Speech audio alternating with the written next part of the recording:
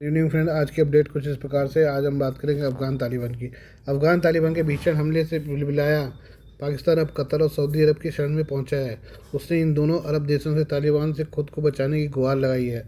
पाकिस्तानी सेना और तालिबान लड़ाकों के बीच ताज़ा गोलाबारी में दोनों पक्षों को भारी नुकसान पहुंचने की खबर है। मंगलवार रात शुरू हुई इन ताज़ा झड़पों ने पाकिस्तान अफगानिस्तान सीमा को खून से रंग दिया है। दोनों ही पक्षों ने एक दूसरे पर हिंसा का नया दौर शुरू करने का आरोप लगाया है। तालिबान ने कहा कि उसने पाकिस्तानी हमले का जवाब दिया है। पहले दौर की हिंसा के बाद पाकिस्तान ने तालिबान को मनाने के लिए अपने मंत्रियों को काबुल भेजने की इजाज़त मांगी थी, लेकिन अफगान तालिबान ने पाकिस्तानी मंत्रियों को बातचीत के लिए प्रवेश देने से इनकार कर दिया। ऐसे में इस्लामाबाद ने मध्यस्थ के रूप में कार्य करने के लिए कतर और सऊदी अरब से बात की। पिछले हफ्ते इस्लामाबाद द्वारा काबुल में तहरीक तालिबान पाकिस्तान टीटीपी के शिविरों को निशाना बनाने के बाद शुरू हुई यह शत्रुता 2021 में तालिबान के सत्ता में आने के बाद से दोनों पड़ोसियों के बीच सबसे खराब है। पाकिस्तान अफगानिस्तान संघर्ष ऐसे समय में हुआ है जब तालिबान के विदेश मंत्री अपनी पहली भारत यात्रा पर हैं। इसे भारत और तालिबान के बीच मजबूत होते संबंधों का प्रतीक बताया जा रहा है। तालिबानी विदेश मंत्री अमीर खान मुत्तकी ने विदेश मंत्री एस जयशंकर, राष्ट्रीय सुरक्षा सलाहकार अजीत डोभाल से मुलाकात की है। उन्होंने भारत अफगानिस्तान संबंधों को मजबूत कर भारतीय हितों का समर्थन करने का वादा भी किया है। तालिबान प्रवक्ता जबीहुल्लाह मुजाहिदीन ने दावा किया कि पाकिस्तान ने स्पिन बोल्डक जिले में हल्के और भारी हथियारों से गोलाबारी करके शत्रुता का नया दौर शुरू किया, जिसमें 15 नागरिक मारे गए और 100 से ज़्यादा घायल हुए। जिले के अस्पताल के अधिकारियों ने बताया कि पाकिस्तानी गोलाबारी में घायलों में 80 से ज़्यादा महिलाएं और बच्चे शामिल हैं। तालिबान ने दावा किया कि उसके लड़ाकों ने जवाबी कार्रवाई में बड़ी संख्या में पाकिस्तानी सैनिकों को मार गिराया और पाकिस्तानी हथियार और टैंक जब्त कर लिए। एक वायरल वीडियो में तालिबान लड़ाके एक जब्त किए गए पाकिस्तानी T-55 टैंक पर सवार दिखाई दे रहे हैं, जिसे इस्लामाबाद ने सर्बिया से खरीदा था। दूसरी ओर पाकिस्तानी सेना ने तालिबान पर दक्षिण पश्चिम और उत्तर पश्चिम में दो प्रमुख सीमा चौकियों पर हमला करने का आरोप लगाया। उसने कहा कि दोनों हमलों को नाकाम कर दिया गया, जिसमें लगभग 30 तालिबान लड़ाके मारे गए। तो पाकिस्तान ने दावा किया कि स्पिन बोल्डर के पास 20 और मारे गए हैं। बात करें पाकिस्तान की। पाकिस्तान ने पिछले दिनों कट्टरपंथी इस्लामी समूह तहरीक लब्बैक पाकिस्तान TLP पर कड़ी कार्रवाई की है। TLP ने गाजा में इजरायली हिंसा के विरोध में इस्लामाबाद में अमेरिकी दूतावास को घेरने के लिए लाहौर से एक विरोध मार्च निकाला था। इस मार्च की अगुवाई खुद TLP के सर्वेसर्वा साद हुसैन रिजवी कर रहे थे। हालांकि पाकिस्तानी पुलिस, रेंजर्स और सेना ने TLP समर्थकों को लाहौर के भारी इलाकों में घेर लिया और उन पर अंधाधुंध फायरिंग कर दी। इस घटना में दर्जनों TLP समर्थक मारे गए। खुद साद हुसैन रिजवी को गोली लगी, उन्हें घायल अवस्था में अस्पताल में भर्ती कराया गया है। इस दौरान रेंजर्स और सेना ने दहशत फैलाने के लिए TLP के समर्थकों के बीच बख्तरबंद गाड़ियों और टैंकों को भी दौड़ाया। हजारों की संख्या में गुस्साए TLP समर्थकों ने लाहौर समेत कई शहरों में आगजनी और हिंसा शुरू कर दी। इसे काबू में करने के लिए पाकिस्तानी सरकार ने रावलपिंडी और इस्लामाबाद में इंटरनेट सर्विस बंद कर दी। यह हिंसा तब हुई जब पाकिस्तानी प्रधानमंत्री शहबाज शरीफ मिस्र के शर्म शेख में गाजा शांति योजना के समर्थन में अमेरिकी राष्ट्रपति डोनाल्ड ट्रंप की चापलूसी कर रहे थे।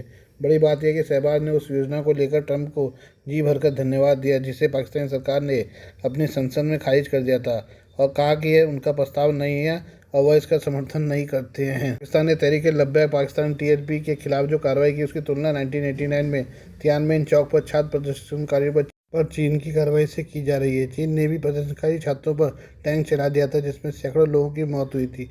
माना जा रहा है कि पाकिस्तान के वर्तमान सेना प्रमुख फील्ड मार्शल असीम मुनीर चीन से काफ़ी प्रभावित हैं और TLP के खिलाफ ये कार्रवाई उनकी पाकिस्तान को एक कठोर राज्य में परिवर्तित करने की योजना का हिस्सा है। मुनीर ने TLP के खिलाफ सैन्य कार्रवाई की, जबकि उनके पूर्ववर्ती जनरल कमर जावेद बाजवा ने कूटनीति का इस्तेमाल किया। ऐसे में आशंका जताई जा रही है कि TLP के खिलाफ ये कार्रवाई एक और लाल मस्जिद वाली घटना का कारण न बन जाए। लाल मस्जिद का संघर्ष। लाल मस्जिद संघर्ष जुलाई 2007 में इस्लामाबाद की लाल मस्जिद में एक सशस्त्र टकराव था, जो एक इस्लामी कट्टरपंथी मिलिशिया और पाकिस्तानी सरकार के बीच हुआ था। यह संघर्ष ऑपरेशन साइलेंस के रूप में भी जाना जाता है।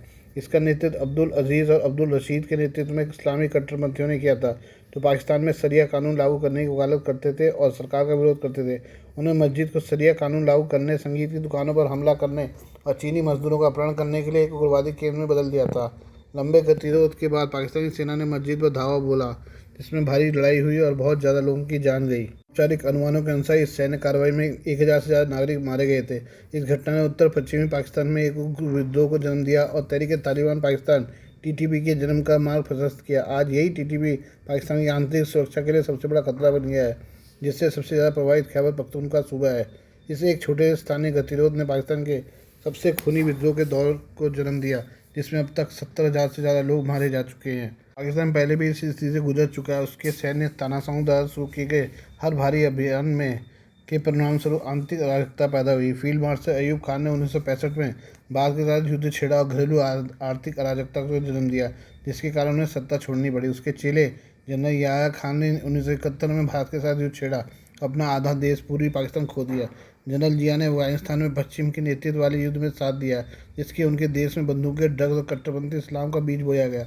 और अंत में जनरल मुशर्रफ, जिन्होंने कारगिल युद्ध के बाद नागरिक सरकार को उखाड़ फेंका, ने लाल मस्जिद हमले के साथ अपने देश को और भी बर्बादी की राह पर डाल दिया। 2025 में फील्ड मार्शल मुनीर ने 20 मई को पहलगाम में 26 भारतीय पर्यटकों के नरसंहार की घटना का अंजाम दिया। बदले में मुनीर को 11 पाकिस्तानी एयरबसों और रडार साइटों को ध्वस्त होने, कई सैन्य विमानों के नष्ट होने और लगभग 100 पाकिस्तानी सैनिकों की मौत से इसकी कीमत चुकानी पड़ी। मुनीर की स्थिति पिछले तानाशाहों की तुलना में कई ज़्यादा नाजुक है। पाकिस्तान की खस्ताहाल अर्थव्यवस्था पहले से ही आईसीयू में है, जो $7 अरब के IMF के कर्जे के वेंटिलेटर के सहारे पर टिकी है। मुनीर को न केवल अपनी पूर्वी सीमाओं पर भारत से, बल्कि अब एक गुस्सैल अफगान तालिबान से भी जूझना पड़ रहा है, जिसने 2600 किलोमीटर लंबी डूरन रेखा पर दर्जनों पाकिस्तानी सैनिकों को मार डाला और बंदी बना लिया है। ई कॉमर्स दिग्गज अमेजन एक बार फिर बड़े पैमाने पर छंटनी की राह पर है। इस बार कंपनी अपने मानव संसाधन HR विभाग में 15% कर्मचारियों की कटौती करने जा रही है, जिसमें people experience and technology team सबसे अधिक प्रभावित होगी। अमेजन का यह कदम कृत्रिम बुद्धिमत्ता, AI और क्लाउड इंफ्रास्ट्रक्चर में भारी निवेश के साथ कंपनी के ढांचे को अधिक कुशल और स्वचालित बनाने की रणनीति का हिस्सा है। फॉर्च्यून की एक रिपोर्ट के अनुसार अमेजन अपने HR विभाग से 15% कर्मचारियों को हटाने की योजना बना रहा है। हालांकि कुल कितने कर्मचारियों की नौकरी जाएगी, इसकी आधिकारिक संख्या भी सामने नहीं आई है। इस साल कंपनी ने पहले ही कई चरणों में छोटे छोटे समूहों में छंटनी की है और यह सिलसिला अब भी जारी है। People experience and technology team इस पर कटौती का सबसे बड़ा असर होगा। अमेजन इस साल AI और क्लाउड इंफ्रास्ट्रक्चर पर $100 बिलियन से अधिक का निवेश करने जा रहा है। कंपनी का ध्यान ऐसे डेटा सेंटर्स के निर्माण पर है जो एंटरप्राइज क्लाउड क्लाइंट्स और आंतरिक AI सिस्टम को सपोर्ट कर सके। अमेजन के CEO एंडी जैसी ने स्पष्ट किया है कि AI भविष्य की पहचान होगा और कंपनी इस दिशा में तेजी से कदम बढ़ा रही है। एंडी जैसी ने कर्मचारियों को साफ शब्दों में चेतावनी दी है कि उन्हें AI के साथ खुद को अपडेट करना होगा। उन्हें कहा, जो कर्मचारी AI को अपनाकर कंपनी की क्षमताओं को बढ़ाएंगे, वही भविष्य में अमेजन में महत्वपूर्ण भूमिका निभा पाएंगे। इसके साथ ही उन्होंने संकेत दिया कि AI से मिलने वाली दक्षता वृद्धि, एफिशिएंसी गेन्स के कारण कॉर्पोरेट वर्कफोर्स में कटौती की जाएगी। जो कर्मचारी इस बदलाव के साथ तालमेल नहीं बिठा पाएंगे, उनकी नौकरी खतरे में पड़ सकती है। अमेजन की ये छंटनी कंपनी की रणनीति का हिस्सा है, जिसमें वो अपने संचालन को अधिक स्वचालित और लागत कुशल बनाने पर ध्यान दे रही है।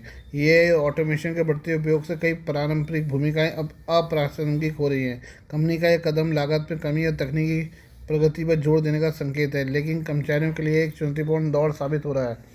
अमेजन की इस नीति से न केवल कर्मचारियों पर असर पड़ रहा है, बल्कि यह तकनीकी क्षेत्र में AI के बढ़ते प्रभाव को भी दर्शाता है। आने वाले समय में इस तरह के बदलाव अन्य कंपनियों में भी देखे जा सकते हैं। बात करें इंडोनेशिया की। इंडोनेशिया में सीजियम-137 रेडियोएक्टिव पदार्थ की आशंका के बाद भारत ने तुरंत मानवीय सहायता के तहत प्रूजियन ब्लू डीकॉर्प कैप्सूल की खेप भेजी है। ये दवाएं रेडिएशन के असर को कम करने के लिए उपयोग की जाती हैं। भारतीय दूतावास जकार्ता ने इंडोनेशिया के स्वास्थ्य मंत्रालय के अनुरोध पर विदेश मंत्रालय MEA के सहयोग से दवाओं की आपात आपूर्ति की है। भारतीय राजदूत संदीप चक्रवर्ती ने बुधवार को इंडोनेशियाई अधिकारियों को दवाएं सौंपी। इसे भारत की क्षेत्रीय प्रथम प्रतिक्रिया नीति का हिस्सा बताया गया।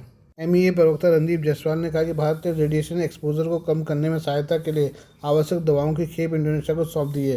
ये भारत की क्षेत्रीय सहयोग और मानवीय प्रतिबद्धता को दर्शाता है।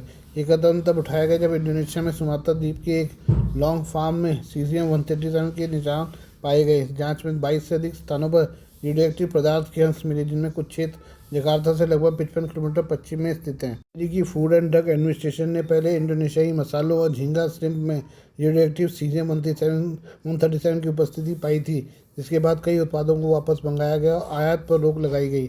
FDA ने PT नेचुरल, जावा स्पाइस और PT बाहरी मखमूर सेजाती कंपनियों पर निर्यात प्रतिबंध लगा दिया है, जब तक कि वे अपने उत्पादों की शुद्धता साबित नहीं करते। इंडोनेशियाई प्रशासन ने प्रभावित क्षेत्रों में निरीक्षण और आवाजाही पर सख्त नियंत्रण लगा दिया है।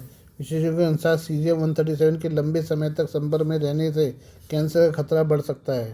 Please do like, share and subscribe this channel of my news, views and analysis by Prakash.